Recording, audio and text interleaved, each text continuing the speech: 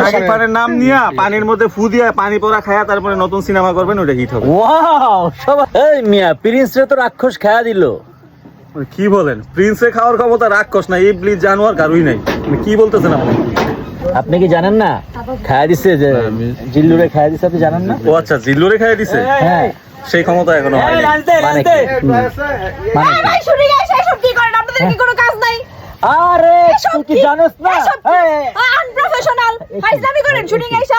এই কিন্তু শাকিব খানের ফ্যান না, এই কিন্তু ওই রাক্ষসের যে fan। বাচ্চা নায়কদের ফ্যান, এই কারণে না এইভাবে না চিল্লায়। সরি, আমি অনেক বড় ফ্যান শাকিব খানের। তুই বাচ্চা নায়কদের ফ্যান না? না না, এভাবে চিল্লাইলো কেন? না বুঝা তুই চিল্লাইলি কেন? বুঝে কম চিল্লাই বেশি। সেটা আমি মনে করছি আপনারা টিকটক করতেছেন। না তুই কার ফ্যান? বাচ্চা নায়কদের নাকি শাকিব শাকিব খান? খানের।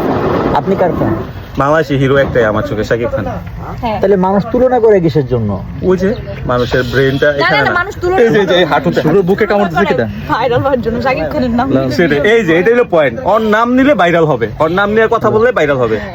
শাকিব খানের নাম না নিলে কারোর সিনেমা আলোচনায় আসে না, অতএব সবাই শাকিব খানের নাম নিবেন, নাম নিয়ে সিনেমায় ভাই একটু শিখে সবাই যেন শাকিব খানের নাম নিয়া পানির মধ্যে ফু দিয়া পানি পড়া খায়া তারপরে নতুন সিনেমা করবেন, ওটা হিট হবে। ওয়াও সবাই শিখাই দিল তো।